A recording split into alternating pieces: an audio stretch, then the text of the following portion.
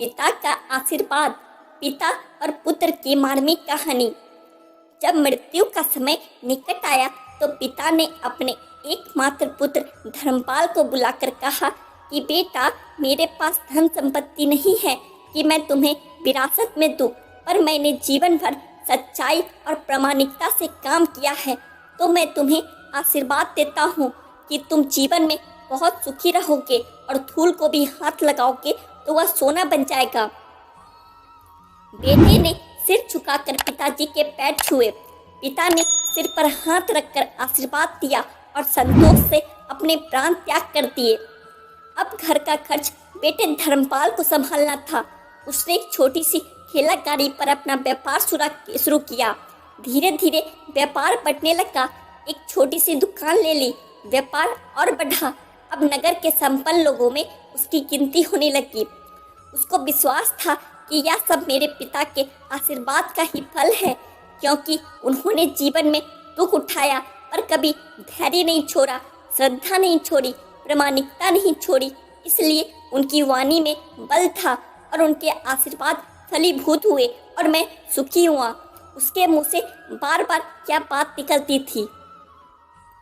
एक दिन एक मित्र ने पूछा, तुम्हारे पिता में इतना बल था तो वह स्वयं संपन्न क्यों नहीं हुए, सुखी क्यों नहीं हुए?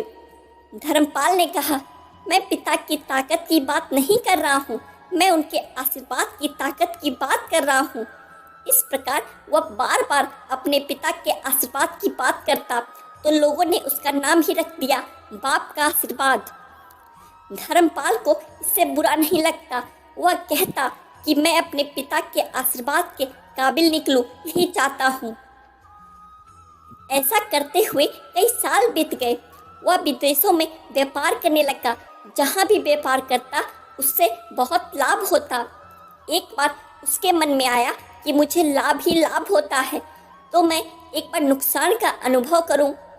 तो उसने अपने एक मित्र से पूछा कि ऐसा व्यापार बताओ कि जिसमें मुझे नुकसान हो। मित्र को लगा कि इसको अपनी सफलता का और पैसों का घमंड आ गया है। इसका घमंड दूर करने के लिए इसको ऐसा धंधा बताओ कि इसको नुकसान ही नुकसान हो। तो उसने उसको बताया कि तुम भारत में लौंग खरीदो और जहाज में भरकर अफ्रीका के जंजीबार में जाकर बेचो। धर्मपाल को यह बात ठीक लगी। जंजीबार तो लौंग का देश है, वहाँ से लौंग भारत में लाते हैं और यहाँ 10 से 12 गुना भाव पर बेचते हैं। भारत में खरीद करके जंजीबार में बेचे तो साफ नुकसान सामने दिख रहा है। परंतु धर्मपाल ने तय किया कि मैं भारत में लौंग खरीदकर जंजीबार खुद लेकर जाऊंगा। देखूं कि पिता के आशीर्वाद कितना साथ देता है। नुकसान का अनुभव लेने के लिए उसने भारत में लौंग खरीदे और जहाज में भरकर खुद उनके साथ जंजीबार भी पहुंचा। जंजीबार में सुल्तान का राज्य था। धर्मपाल जहाज से उतर के और लंबे रेतीले रास्ते पर जा रहा था वहाँ के व्यापारियों से मिलने को। उसे सामने से सुल्तान जैसा व्यक्ति पैदल सिपाहियों के साथ आता हुआ दिखाई दिया। उसने किसी से पूछा कि यह कौन है। उन्होंने कहा, यह सुल्तान है। सुल्तान ने उसको सामने देखकर उसका परिचय पूछा। उसने कहा, मैं भारत के गुजरात के खंबात का व्यापारी हूँ और यहाँ पर व्यापार करने आया हूँ। सुल्तान ने उसको व्यापारी समझकर उसका आदर किया और उससे बात करने लगा।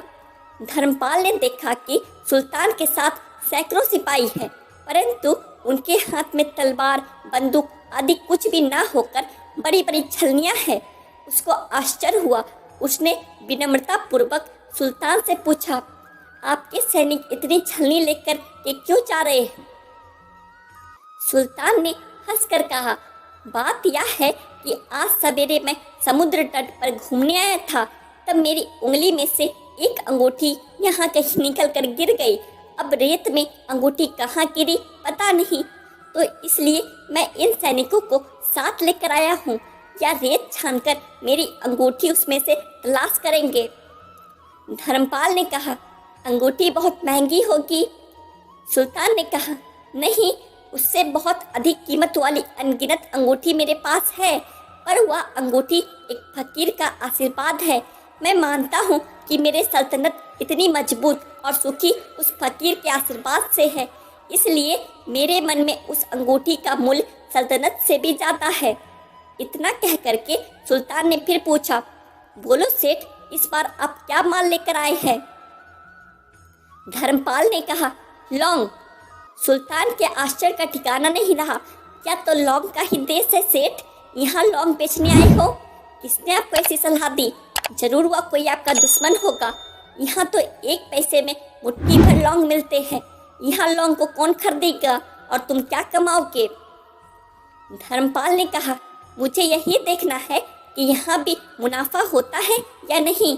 मेरे पिता के आशीर्वाद से आज तक मैंने जो धंधा किया उनमें मुनाफा ही मुनाफा हुआ, तो अब मैं देखना चाहता हूँ कि उनके आशीर्वाद यहाँ भी फलते हैं या नहीं। सुल्तान ने पूछा, पिता के आशीर्वाद, इसका क्या मतलब? धर्मपाल ने कहा, मेरे पिता सारे जीवन ईमानदारी और प्रामाणिकता से काम करते रहे, परंतु धन नहीं कमा सके। उन्होंने मरते समय मुझे भगवान का नाम लेकर मेरे सिर पर हाथ रखकर आशीर्वाद दिए थे कि तेरे हाथ में धूल भी सोना बन जाएगी।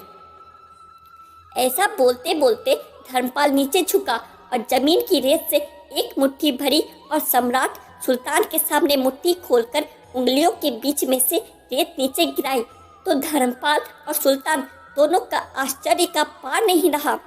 उसके हाथ में एक हीरे जड़ित अंगूठी थी, या वही सुल्तान की गुमी हुई अंगूठी थी। अंगूठी देखकर सुल्तान बहुत प्रसन्न हो गया। वह बोला, वाह, खुदा आपकी करामत का पार नहीं, आप पिता के आशीर्वाद को सच्चा करते हो। धर्मपाल ने कहा, फकीर के आशीर्वाद को भी वही परमात्मा सच्चा करता है। सुल्तान और खुश हुआ, धर्मपाल को गले लगाया और कहा, मांग सेठ, आज तू जो मांगेगा मैं तुझे वो दूंगा। धर्मपाल ने कहा, आप 100 वर्ष तक जीवित रहो और प्रजा के अच्छी तरह से पालन करो, प्रजा सुखी रहे, इसके अलावा मुझे कुछ नहीं चाहिए। सुल्तान और अधिक प्रसन्न हो गया। उसने कहा, सेठ, तुम्हारा सारा माल मैं आज खरीदता हूँ और तुम्हें तुम्हारी मुंह मांगी कीमत दूंगा। इस कहानी से शिक्षा मिलती है कि पिता के आशीर्वाद हो तो दुनिया की कोई ताकत कहीं भी तुम्हें पराजित नहीं होने देगी। पिता और माता की सेवा का फल निश्चित रूप से मिलता है। आशीर्वाद जैसी और कोई संपत्ति नहीं। बालक के मन को जानने वाली माँ और भविष्य को संवारने वाले पिता, यही दुनिया के 2 महान ज्योतिषी हैं। अपने बुजुर्गों का सम्मान करें, यही भगवान की सबसे बड़ी सेवा है। राधे राधे।